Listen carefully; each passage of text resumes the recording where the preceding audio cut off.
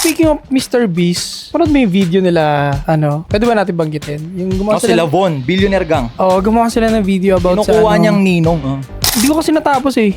Pero ito si Von, kilala ko yan personally. Naging kapitbahay ko yan before. Oo, saan? Ang thought nung mismong content na yun, ganun, parang liligawan nila si Mr. Beast para maging ninong nung anak niya. Ang ginagamit mo yung anak mo para sa pansarili mong interes. Sino yung Pilipinong content creator na nilulook up mo nga? Hindi ko gets bakit sinasabihan siya maganda. Hindi ko gets tol. Kaya yan, nasa mga bagong content creator dyan, isa sa mga tips yun, no? Kung gusto mo na magtagal sa karir na ganito, kanina na pag-usapan natin about dun sa mga panimulang pangarap mo noon, na gusto mo tulungan yung family mo. Halimbawa, matapos mo na yun, after mo matulungan yung family mo, maayos mo yun, anong next mo? Community.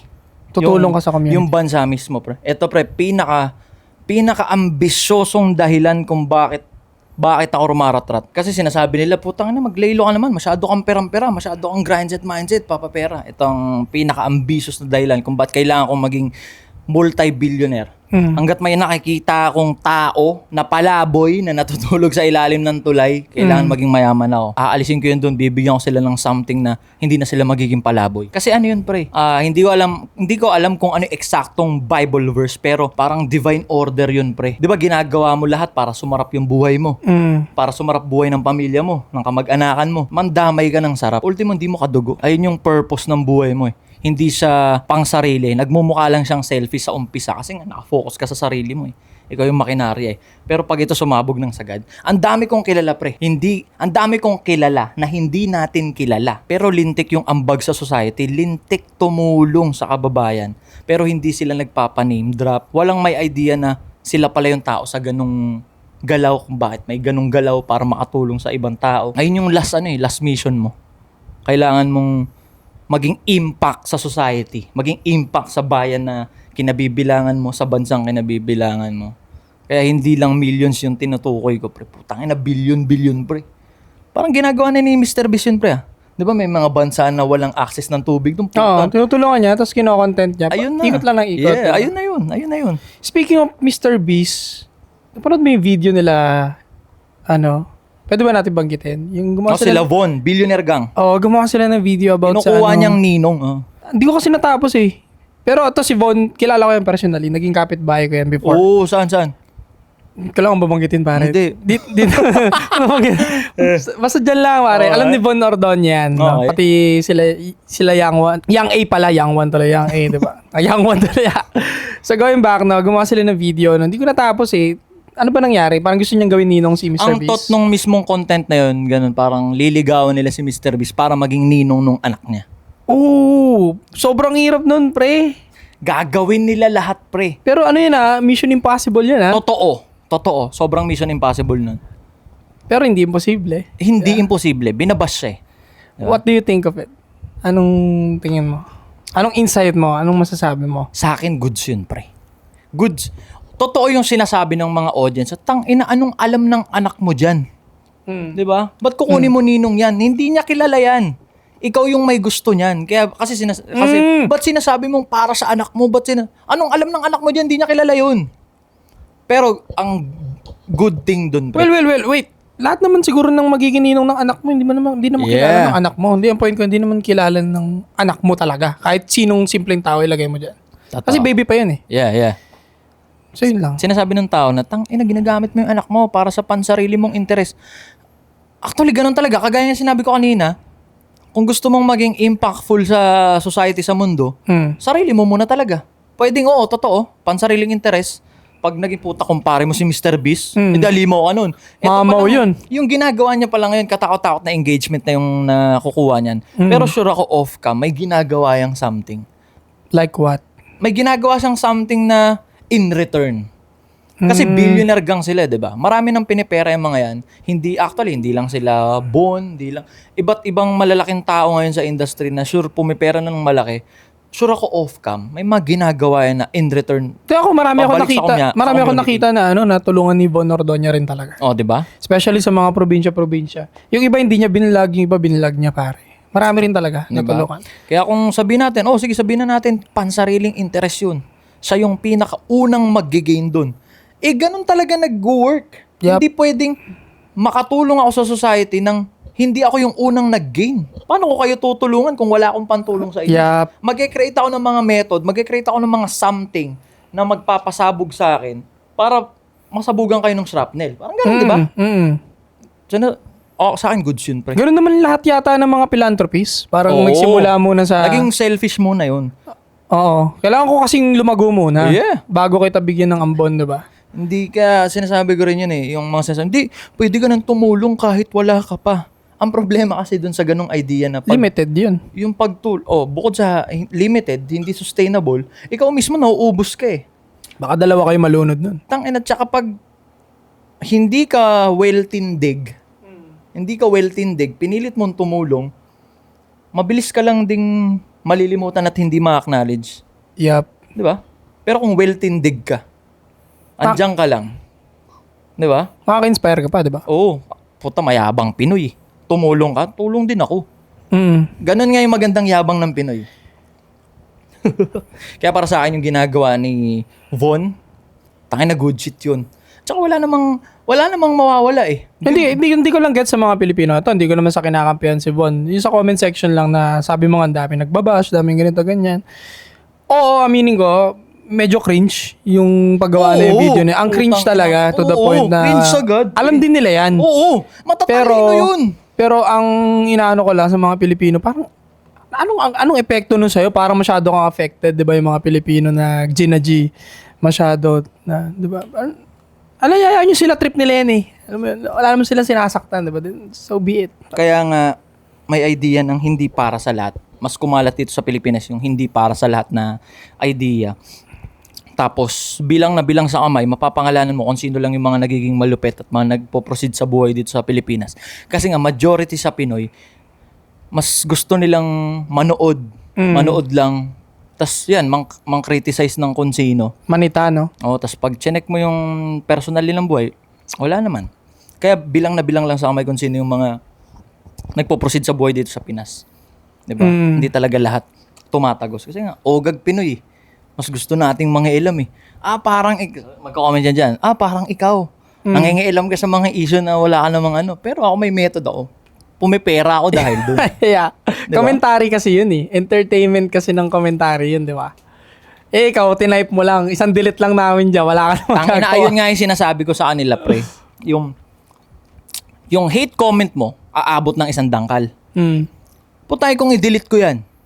O kaya ihaha ko yan. Replyan ko lang ng XD yun, na-up pa yung video eh. Ako gusto ko gawin mo, kunyari galit ka sa akin, may hate comment ka dun sa sinabi ko. Ibig sabihin may opinion ka, putang ina, pindutin mo yung record. I-video mo. So, video reaction ko sa opinion ni Ato. Ganun. Kasi baka may chance na mag-boom yun. Yeah. May pera ka, nag-generate ng pera. Yep. Gusto ko nag-generate ng pera. Pero, again, tulad ng sinabi niya, hindi para sa lahat yun. Pwede mag-backfire sa'yo yan. Pwede pag-click mo ng RPG na yun, sumabog sa mukha mo yan. Kasi pwede, pag maling binibitawan mo, hindi mo na maaalis sa internet yan. May digital footprint tayong tinatawag. So, pag nagkamali ka ng bitaw, tinira mo siya to, nag-backfire sa'yo, pwedeng masira ka sa trabaho mo, matanggal ka sa trabaho mo, kandaletse-letse buhay mo. Maraming ganun, pre, ha? Isang maling bitaw lang na word, boom, cancel sagad. Yeah. Diretso abis. Diba? Kaya ginagawa nung iba, mag-hit comment sila pero dami account.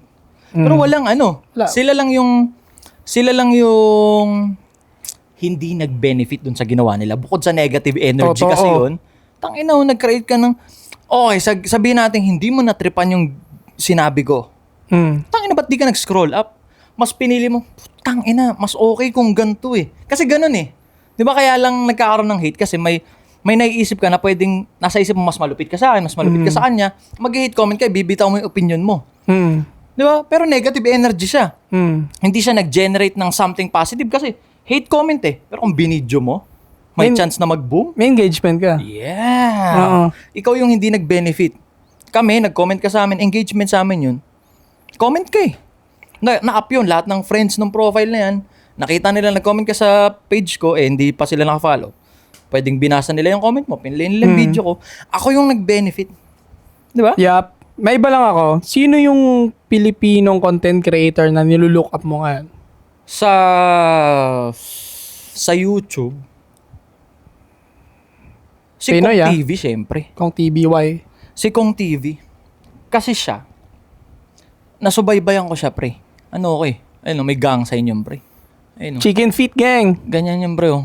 Ganyan yan. Mga paa. Chicken pit gang, pre. Siya yung unang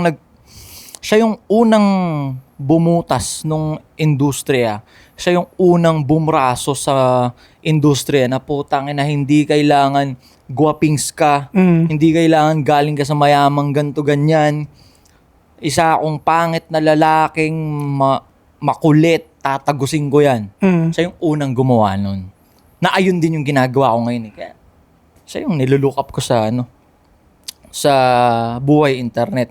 Kaso ngayon binabash eh. Bakit? Yun dun sa may pinopromote siya na party list na hindi gusto ng mga tao yun eh. Ano masasabi mo dun? Hindi kasi nila, wala sila sa sitwasyon eh. Kasi sinasabi nila, tangina, nabibili yung dangal, nabibili yung pagkatao. Tangina, pre.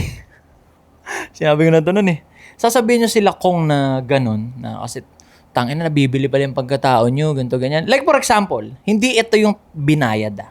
Okay. Pero ako lang, base sa pagkakaintindi ko ng buhay internet, sa ganong level nila kung barya yung 100 million dun sa kanila. Barya. 100M. Barya sa kanila yun. So, para mapapayag mo sila, yung 100M, tapatan mo. Barya nga sa kanila yun eh. Diba? Ngayon, nabibili ba yung dangal? Puta, babaguhin nun buhay ng angkan mo eh. Hanggang kanunununo. Yeah. Lemon mo. Tapos sasabihin nyo, nabibili yung dangal? Nabibili yung pagkatao? Putang inang yan. Ilang taong ka lang nagtatrabaho, pumapasok niya sa trabahong hindi mo gusto para sa minimum na sahod eh. Nabibili ka rin. Nabibili, lahat tayo, lahat tayo pre, Tama. bayad. Oo. Lahat tayo bayaran para mag-survive. Oo. Tangina. Ngayon, yung nag-hate comment na gano'n na nabibili ganito ganyan. Tangina, i-chat mo ako ngayon. O pera kita 1 million, may ipapagawa ko sa'yo kahit hindi mo gusto gagawin mo eh. Yup.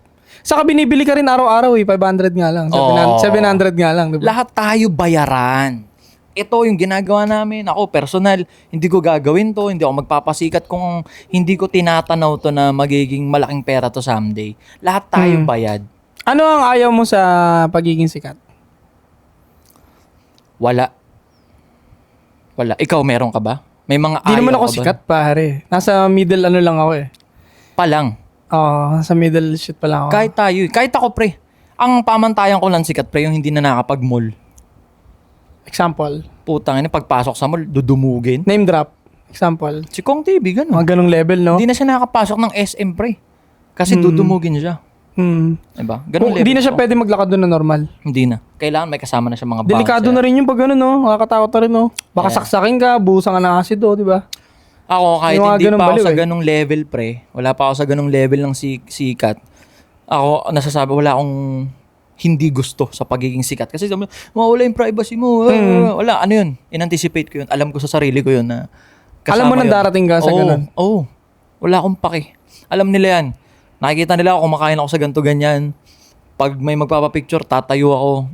Tangin na kahit paubos na yung kinakain ng kasama ko, ako mag-umpisa, wala akong pake. Tatayo ako kahit matagal. Mag-picture tayo. Wala akong privacy. Kung gusto ko ng privacy, di ko na sinimulan to, umpisa pa lang. Hindi ka na dapat nag-internet. O kasi marami namang method para magpapera eh. Pero dahil ito yung pinili kong path, kasama yun. Kaya natatawa ako dun sa mga public figure na puta. Akala mo kung sino, pag tumatanggi sa mga pa-picture, tumatanggi. Di ba? Di na parang name drop, kilala mo kung sino ka. Kupal lang Babae, puta. lalaki. Di ko alam. Ewan ko eh. Di ko alam. They, them. Di ko alam. Di ko alam sa mga hype na yan. May mga saltek. They, them. Public figure ka, hingi ka ng private. Putangin na public. Hindi naman yata siya public figure eh. Sports Public ata siya figure eh. yun, pre. May ganun nga eh. Sikat dahil professional na atleta na kaya rin dumaming endorsement kasi nga nate-televise. Sikat, famous. O parang Ba't ba kasing fame hindi ko gets bakit sinasabihan siya maganda. Hindi ko gets, tol. Isa pa tayo na nasa isip. Ad hominems. Hindi, totoo lang. Totoo lang. Hindi naman siya ganun ka-attractive. Malay ko, kasi baka mag-comment sila, ad hominems eh. So what?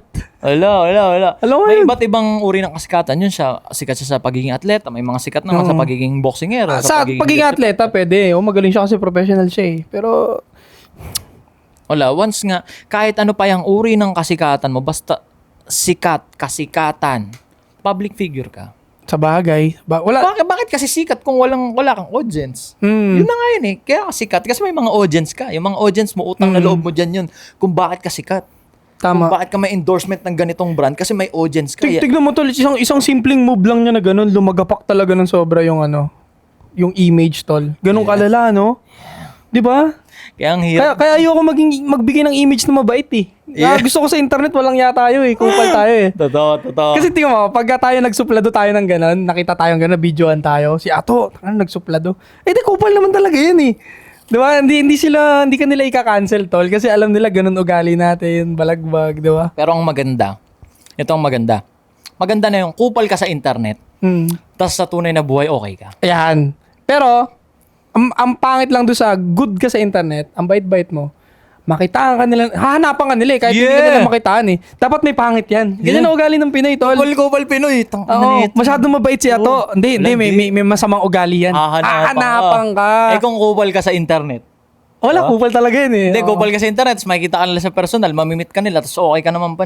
Mas gusto ka nila. Ano ka pa, living moral lesson. Oo, mas gusto ka pa nila. Mamimit ka, okay naman pala siya.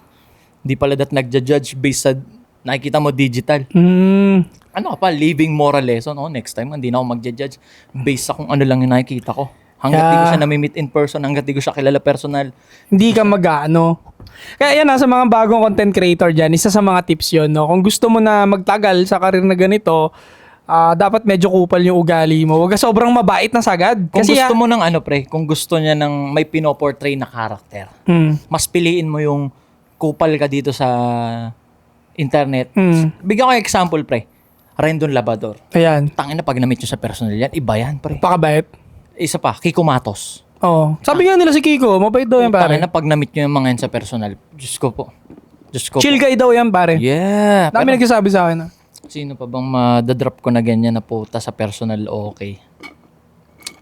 Baron. Hindi ko pa na-meet eh. Yun ang kasama ko kasi nakakasama ko si Rendon Labrador tsaka si Kiko Matos. Di ba? Yung kapatid ni Rendon. Hindi naman kupal yung pre. Goofy yun eh. Pero kupal image din siya minsan, di ba? Goofy siya pre. Hindi siya kupal. Pero cool good din siya. Oo. Cool guy din. Goofy. Siya nga yung parang goofy siya sa internet. Tapos sa personal, medyo focus siya na tao. Mas seryoso siya kumpara kay Rendon. Mas makulit siya. Mas makulit siya. Pero makulit din si Rendon, pero okay siya sa personal, promise. Tsaka si Kiko Matos. So sa mga papasok dyan na mag-content, mas piliin nyo yung negative kayo dito sa lente. Tapos okay kayo sa tunay na buhay. Kasi pag tangina dito, masyado ang righteous dito sa lente. Tapos sa personal po, tangina mo. Nakitaan ka lang nila ng konti, diretso imburnal ka, Wala, diretso tangina mo, sagad GG abis ka. Ang dami ng ganung artista, boy, kahit dati pa. Kahit dati mga mababait na artista, hinahanapan nila ng pangit. Hindi, may pangit na ugali yan. Pinoy putang ina. Makita lang nila, nakita ko yan sa mall, di man lang kami tinignan yan. Di man lang kami kinawayan yan. Tanginang tara niyan, tinawag ko, tinignan lang ako, di man lang tumamo, hindi man lang nag-wave ng hand. Kaya ako, ganun ako, putang ina, para akong tanga in public eh. Yo! Kahit di ko siya nakita, nasan siya. Basta kailangan may response. Oo. Kailangan may response. Pero kung sakaling dumating sa point na masungitan sila sa'yo, tingin ko hindi babagsak karir mo sa ganun eh. Kasi nga, yun nga, going back doon, may image na tayo na, balagpag talaga Meron, one time may nag-comment na gano'n.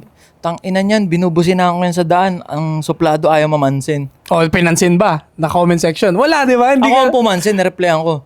Next time, pitikin mo na ako para makita ko talaga kasi baka nakafocus ako sa daan nun. Pitikin mo na yung side mirror ko. Di ba? Sagasaan mo na yung ko, okay lang sa akin. Kasi kung busina lang, sa kalsada, busina lang. Tangina, nasa kalsada ako yung normal busina dyan. Baka mamaya pinauuna mo lang ako eh. Oo. Di ko alam eh, di ba? May ganun, may mga, puta, nakatatlong tingin ako sa side mirror. Akala ko bad trip sa akin, yung pala, parang nag-high sila sa side mirror ko. Yun, ganun. Gumigilid naman ako, alam nila yan. Pag may pagkakataon, maluwag yung kalsada, gigilid ako pa. Boss, paano mag-start ng business kapag nag-work ka pa ng 8 to 5?